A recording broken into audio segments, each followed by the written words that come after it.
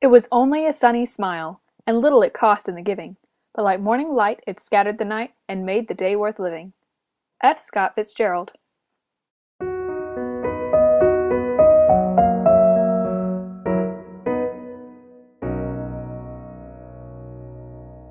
Hello everyone, my name is Emma Woodhouse. I'm done with finals and I'm home for the holidays.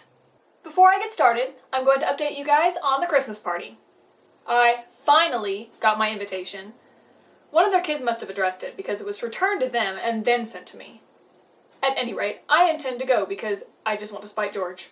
Also, most of my friends are going, so I'm bound to have a good time. If any of you guys have suggestions for good white elephant gifts, please leave those in the comments because I'm clueless. Now I've decided to do today's episode as a comparison of two people. My best guy friends, George Knightley and Frank Churchill. It seemed like it would be really interesting to compare the two of them, especially since they're so different.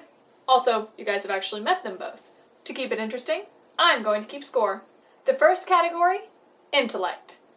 I would say that they're equal here, except for the fact that I've known George for so long that I know he's a lot smarter than you would think just by talking to him. Now, that's not to say that he seems stupid. He always seems really intelligent. But he doesn't go around bragging about the fact that he's read practically every book there is, does math problems for fun, and then likes to watch documentaries in his spare time. Yeah, I think George wins in that category. The second is sense of humor. Frank is clearly the funniest in general. I mean, he always has these hilarious stories to tell, and he has the most perfect timing with his jokes. George, on the other hand, you kind of have to know him to understand it. I mean, he's really funny, but Frank is clearly the funniest of the two, so he wins in this category. The third category, athletics. Frank enjoys practically every sport there is, and I think he's played pretty much all of them.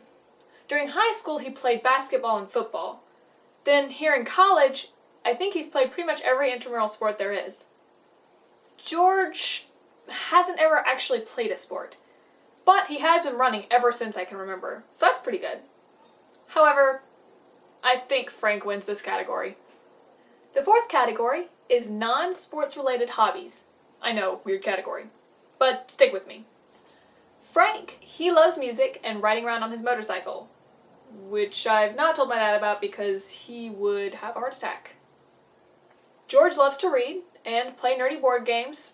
He also loves to go camping and hiking. I've always really wanted to go hiking. I don't know why, but I've never been. Anyway, I think that George has to win this category, even though I think it's more of a tie. The final category is appearance. Now, I feel a little bit funny talking about this, but I figured you guys would want me to mention it, so here goes. Frank is generally the tall, dark, and handsome type. At least, I think he is. Then George is... Honestly, I hadn't thought about it that much. But I guess he is good looking, come to think of it. Anyway, Frank wins. Yeah. Altogether, I'd say they're pretty equal. Though Frank wins in my book. After all, he's not the type to come by and lecture me about what I could do better. That's appreciated. Leave a comment to let me know what you think I should have taken into consideration, and what your opinions are. Remember to like, favorite, share, and subscribe, and have a lovely day. Bye!